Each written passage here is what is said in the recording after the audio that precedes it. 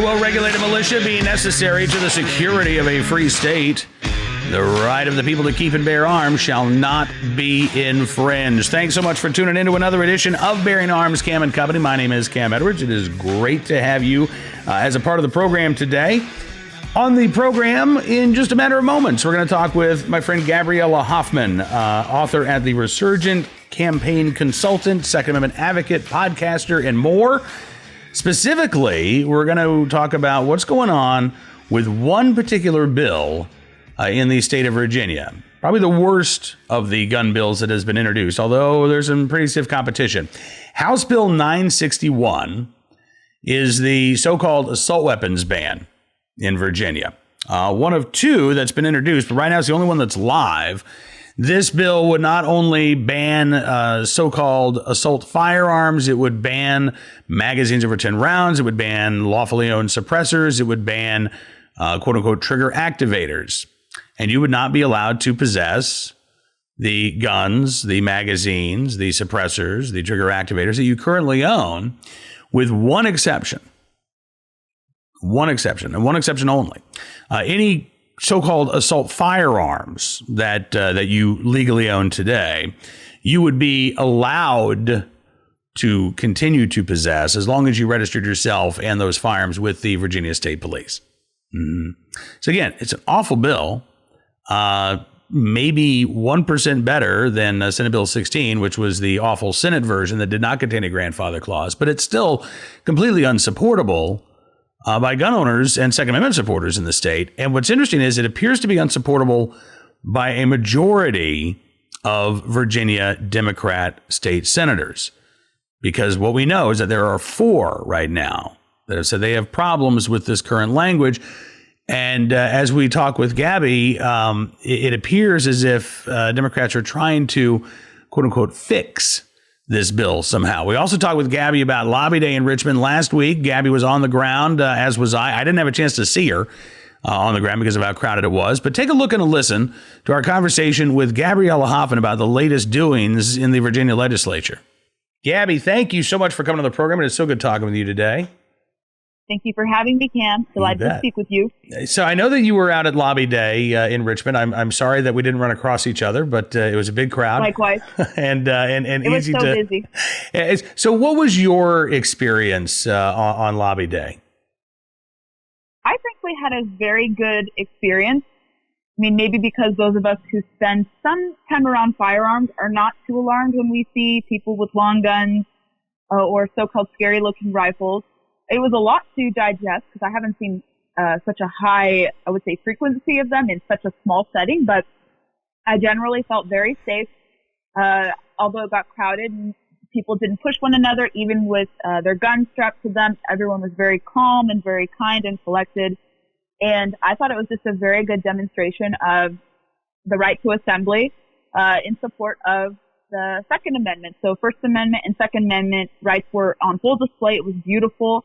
And as expected, there was thankfully no turmoil or chaos or disruption. So I think it went as smoothly as it could have been, despite the kind of wish casting from the governor and Democrats who stoked fear leading up to Lobby Day. Yeah, I think you're right about that. And one of the things I saw, there was a piece in the Dallas Morning News from a college student who was there.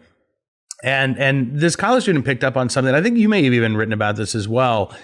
This was not, look, this was a resolute crowd. This was a determined crowd. Clearly, they would not have been there if they were not determined to tell lawmakers how opposed they are to Ralph Northam's gun control agenda. But this was not an angry mob, right? I mean, this was, I felt like the Lobby Day and the rally was it had a very positive mood. It was, I think there was a lot of energy and excitement as people realize, okay, so it's not just happening in my county. And maybe they've seen the headlines and they've seen, 91 counties, but the only time that they had really shown up in a group of people to support their Second Amendment rights would have been at their county supervisors meeting or their city council meeting. And maybe it was several hundred people, but it wasn't that sea of Second Amendment supporters that we saw in Richmond. And I really think that did help to give it just such a positive atmosphere, because I really, and I would describe it as a positive atmosphere there on display. Yeah, I read that column too, and I believe he's a Northwestern student, and I was very impressed by how fair of an approach he took. Kind of came in with an open mind, and I found that to be very commendable, and I wish more reporters, people in our industry, would take his lead. And I thought that was a very well-written column, very fair, very objective, and I think most people who attended it feel the same exact way. I think even The Guardian's Lois Beckett, she said, she posted a picture with a gentleman in a long gun, and she claimed that someone was maybe pushing her, but he said that actually you're safe with us, you have nothing to worry about. And even people like that were surprisingly comfortable at the rally as well. And I think it goes to show that just the large size and scope of the gathering, I don't think Richmond has ever sustained such a large crowd, and especially a peaceful crowd before, because everyone says, well, gun owners are very violent and this, but it went to go against their narrative when in fact gun owners are not violent. They're not predisposed to do that. Law-abiding gun owners, I should say, because we have to divorce the criminal element from the majority of law-abiding.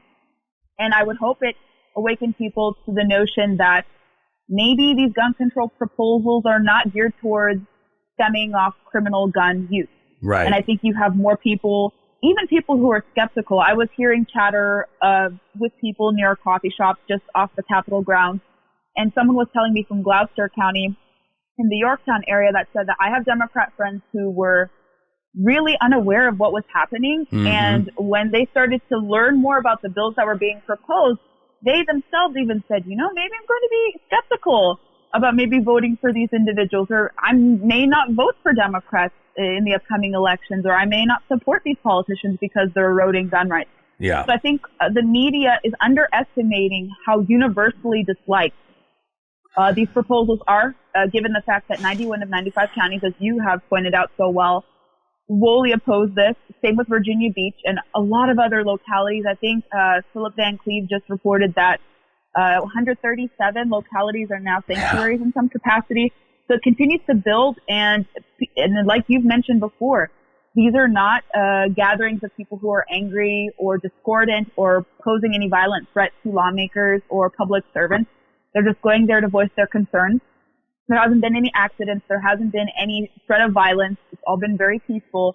And for members of the media to paint this group of people, our fellow Virginians, as these miscreants who are treading on criminal behavior, it's a shame. And that's why I went to Lobby Day, and that's why I continue to have a gun bench like you and Stephen Gutowski, Julio Rosas, and the handful of us who try to dedicate our columns or our bench to this issue and to give gun owners and the gun industry and people in this sphere a fair shake, because it is so needed, especially when accuracy on the subject matter is not prioritized. Boy, amen to that. And I think it's interesting you talk about the folks in that coffee shop that you ran into and how the Democrats back home, some of them are saying, gosh, this isn't what we voted for, because the mantra for Democrats at the Capitol is, well, this is exactly what Virginians voted for. They voted for common sense gun safety measures.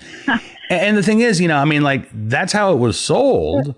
But now, right, as you say, voters are, okay, well, I didn't vote to throw my neighbor in jail for him keeping a 20-round magazine. And I didn't vote to, prosecute my cousin because they let their 17-year-old daughter have access to a firearm when she's home alone for self-defense. Right.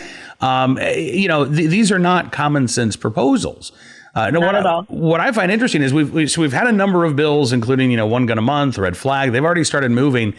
But sort of the centerpiece of what Governor Northam is calling for, his quote unquote assault weapons ban, has not even had a committee hearing yet. And there's been all kinds of problems. The Senate Bill 16, which was introduced by Senator Dick Saslaw, simply would have banned the continued possession of any gun deemed to be a so-called assault weapon. And then when there was that immediate outcry, he said, well, we're not going to do that. So he killed his bill. And so now the vehicle for the governor's gun ban is a bill called House Bill 961, which has a grandfather clause. You and I, Gabby, we could keep any AR-15s or any banned firearms we might possess as long as we register ourselves and those firearms with the Virginia State Police. But again, any magazines that could hold more than 10 rounds, any legally owned suppressors, any legally owned trigger activators, as the legislation calls them, we would have to either destroy them, hand them over, or take them out of state. And it's been kind of curious that this bill hasn't seen any movement yet. What I'm hearing from folks at the Capitol is that they're trying to, quote unquote, fix this bill. That we know that there are 4 Democrat state senators who say that they can't support this bill in its current form. Is a bill like this fixable in your opinion, or is this just garbage all the way down? I don't think this bill especially could be fixable because they will say, okay, well, you have to agree with this and these conditions. What if they try to apply the same thing to, let's say, handgun sales or concealed handgun permit qualifier classes? What they're trying to do, I believe, with the bill. I don't know if it got shot down or if it passed. I have to double check with my records. But the one bill that makes it illegal for you, or it makes it impossible for you to qualify for your CHP online, let's say in the event of emergency or timeliness, or you need a CHP for whatever reason. But I don't see this, and maybe it's because I've become more adamant about the issue and with research and just recognizing that any concession to these anti-gun politicians is basically capitulation.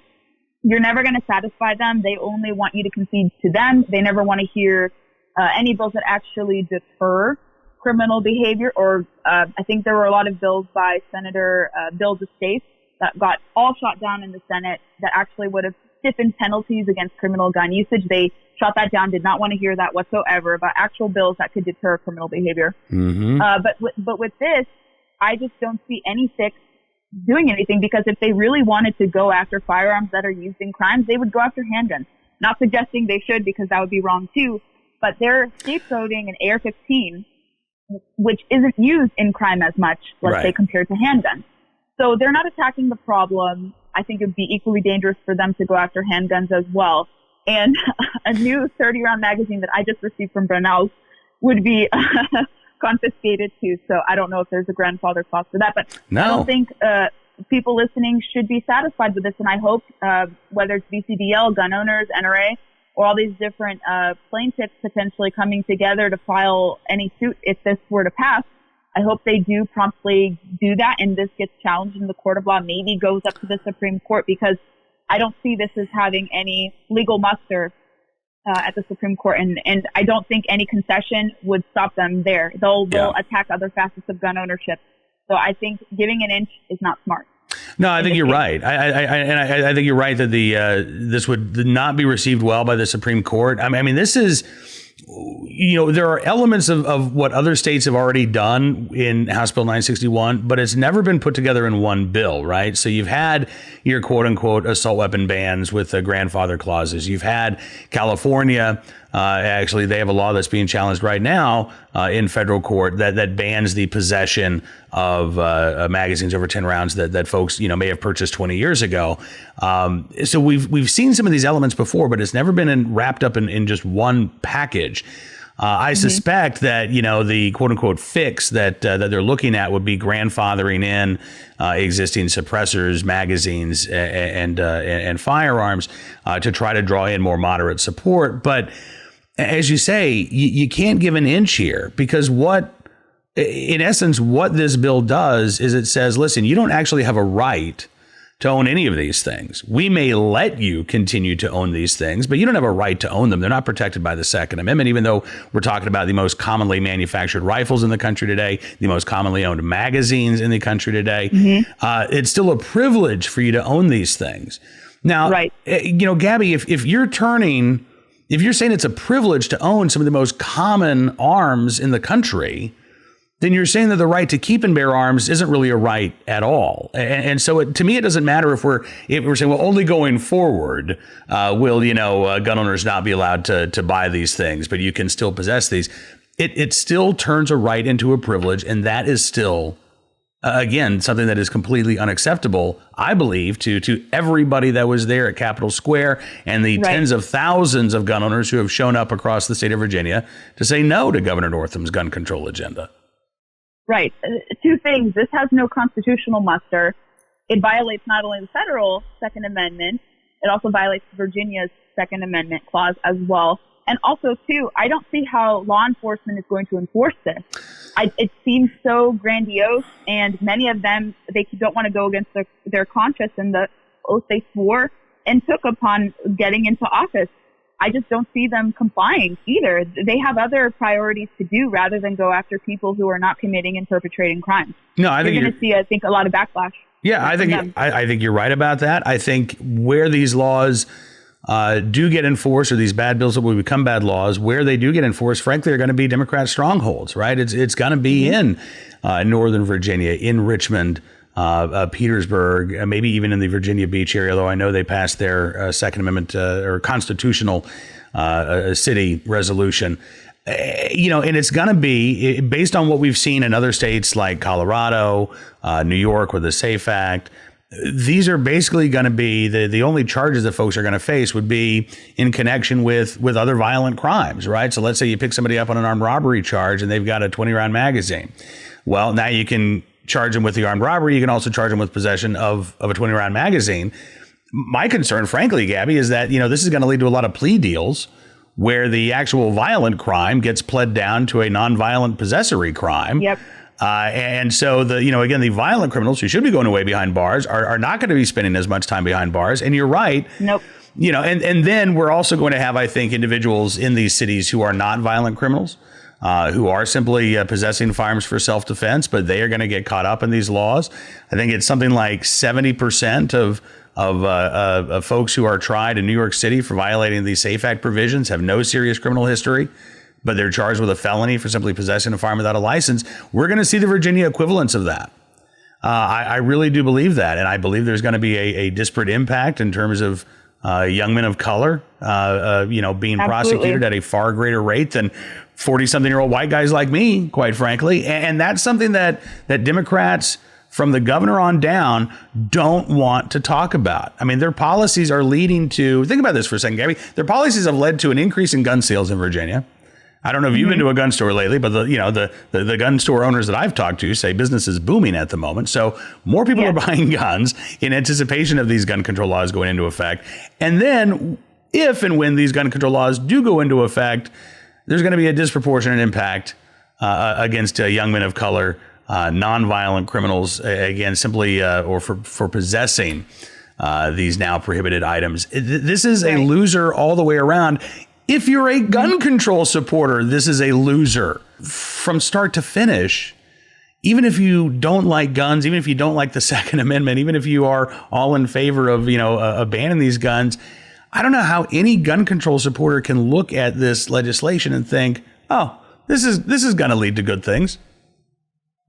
Yeah, I don't see that either because their arguments fall short. Many of they'll realize a lot of this is superfluous. And it comes at the expense of safety. And a lot of people are saying, especially in the media and some in Democrat circles, that this was an overwhelming mandate.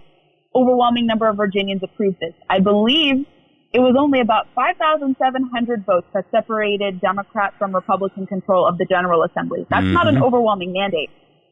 That's a tyranny of the minority gesture. And this is why you see the sanctuary movement take off, why almost uniformly, most of the state is opposed to this.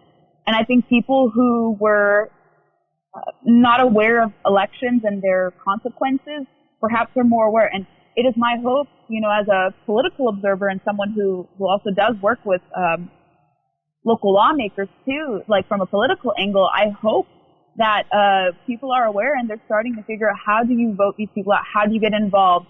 Because it's not just simply good enough to have this resistance to the policies and all the peacefulness attached to it. Yep. People have to be very proactive, and they have to realize that this is not a majority opinion. It was just a mere few thousand votes that changed the trajectory of Virginia's lawmaking body, the oldest contiguous lawmaking body in the New World.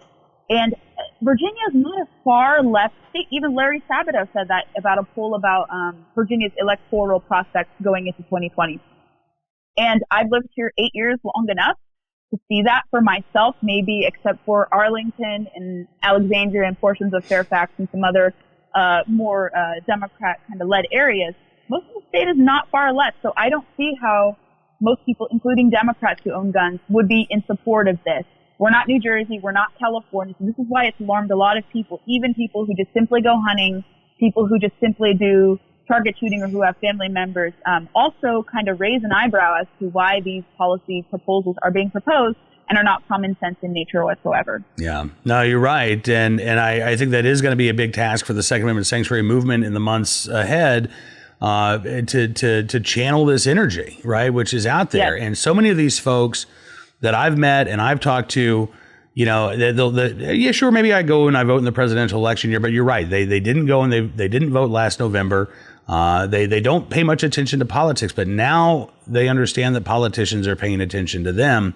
And so, you know, my advice is, as much as you might dislike politics and as much as you might not want to be involved, now that you are, it's incumbent on you to be as effective as you can be. Right. And again, it might be unnatural for some folks who just, again, they don't want to do this. They're not natural activists. They want to spend their lives enjoying their life, but they're here and they're committed to the cause. And, you know, we just had a story at Bearing Arms today about Everytown for Gun Safety committing $60 million, largely Michael Bloomberg's money, to promoting other candidates, congressional candidates, Senate candidates around the country in 2020.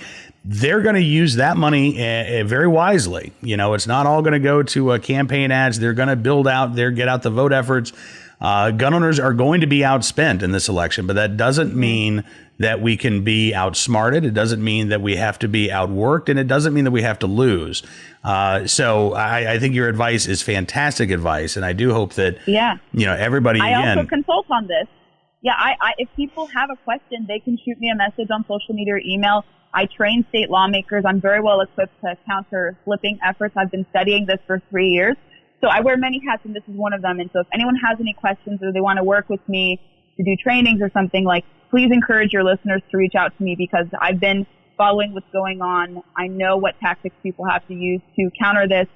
Simply creating a graphic, if people have the capability, showing how much in-state versus out-of-state money is poured into these gun control-backed candidates. That's what saved a lot of these Virginia Beach senators and House of Delegates members from losing hotly contested races, because they put out that fact, and it surprised a lot of people to see, oh my gosh, these candidates are getting backed mostly by out-of-state interests. They're not representing Virginia voters. Yep, absolutely. So I can help guide people if people are interested. I write about this at The Resurgent, and I also consult on it too. So if I can be a resource to anyone who's new to politicking and wants to learn and have resources, I would love to be a resource. All right. So we can find you at The Resurgent. Where can we find you on Facebook, on Twitter, anywhere else? Yes, absolutely. Instagram is Gabriella_Hoffman. I have a public Facebook page, which has a blue check mark. It's the Gabby Hoffman. If you type that in, you'll find me there. Twitter is Gabby_Hoffman. I have a website, www.GabriellaHoffman.com. And I host the new series called Conservation Nation with the free market environmental group CFAC. And I just released our third episode there. So I do a lot of things. I'm all over the place. You can find my musings to my articles to different stuff, my business blog. So I encourage everyone to follow and connect. I'd like to answer any questions anyone has about this. Awesome. Thank you so much, Gabby. Have a great day. Thanks for coming on the program today. You too. Thank you. All right, we're going to do something a little different here. Rather than the good deed of the day and the recidivism report and the armed citizen story, I'm going to get you an armed citizen story in just a minute. But I also want to give you a legislative update, because Tuesday, as I'm recording this, actually just a few hours after this will be posted, in New Mexico, lawmakers are going to consider in a Senate committee red flag legislation. There's actual joint legislation, but they're going to be looking at Senate Bill 5 today. And just like Democrats did in Virginia recently, the Democrats in the New Mexico legislature are ensuring that this hearing is going to be gun-free. They're declaring the Senate gallery to be banned when it comes to legal possession of firearms. So those offering testimony, according to NRA's Institute for Legislative Action, will be segregated from each other depending on their position, which is, again, something that is highly unusual. And yet we saw this in Virginia as well. Oh, you support this bill? Well, you go sit over there. Oh, you oppose this bill? You go sit over there. Here's a question.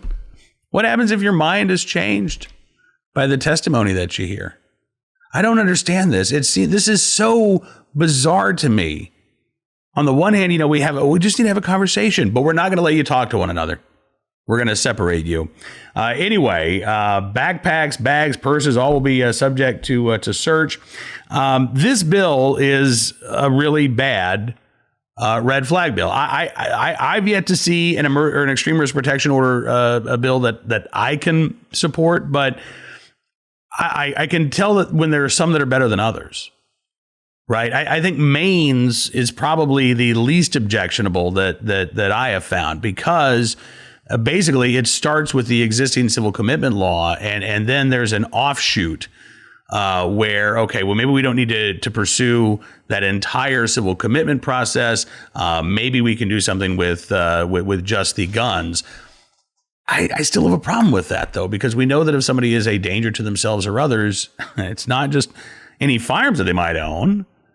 It's them that's the danger, right? It's not their possessions. It's them. We've just said that person poses a substantial risk to somebody or somebody else or themselves. But if we take their guns away, they'll be fine. That's not how it works. That's not how any of this works. Unfortunately, how this red flag bill works in New Mexico, or how it would work if it becomes law, is that basically you go to law enforcement. You say, I believe this person's a danger to themselves or others. They file the ex parte hearing request. And before the subject of the order is ever even aware that this is taking place, a hearing is held. One side gets to present their side of the story. And based on one side only, a judge says, OK, yeah, we should take their guns away.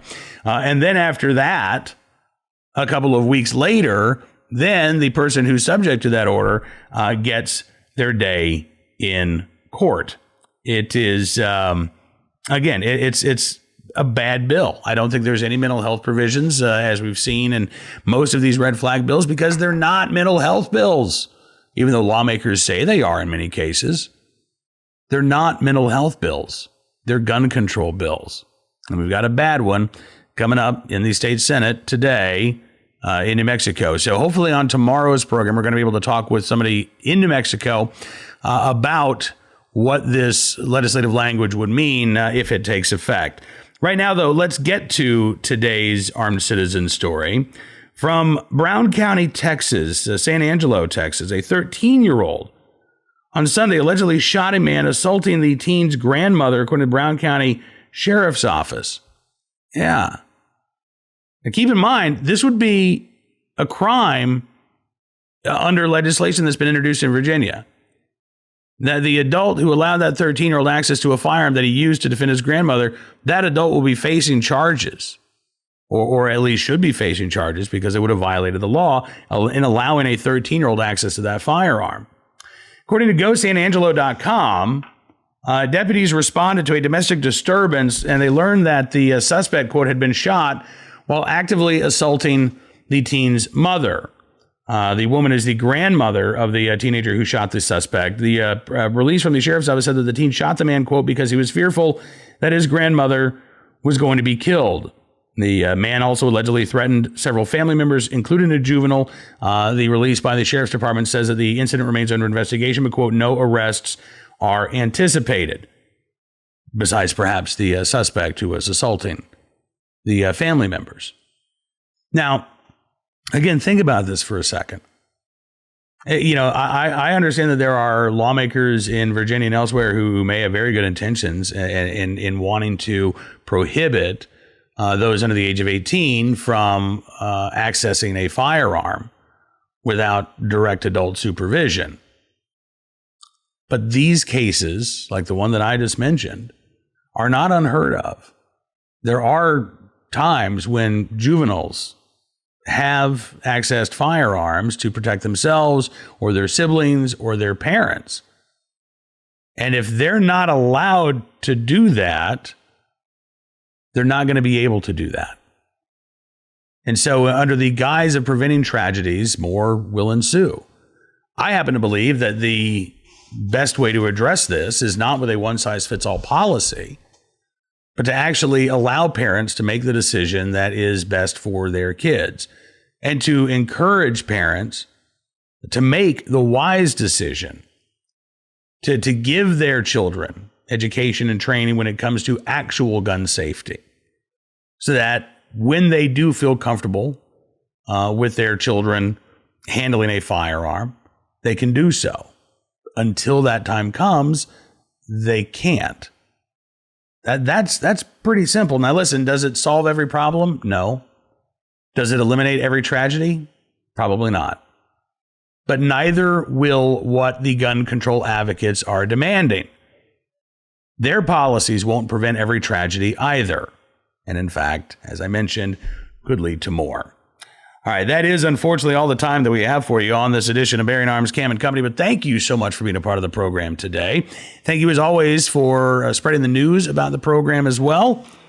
You can share this program. In fact, you can subscribe to it at Apple Podcasts, Spotify, Stitcher, townhall.com's podcast page, and you can share from all those platforms as well.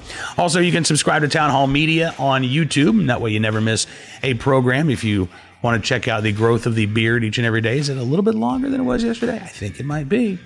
We do appreciate everything that you do for Bearing Arms, including those of you who are VIP members as well. You can join, get exclusive commentary, analysis, and more at bearingarms.com. Thanks again for being a part of the day's program. We'll see you back here tomorrow with another edition of Bearing Arms Cam and Company.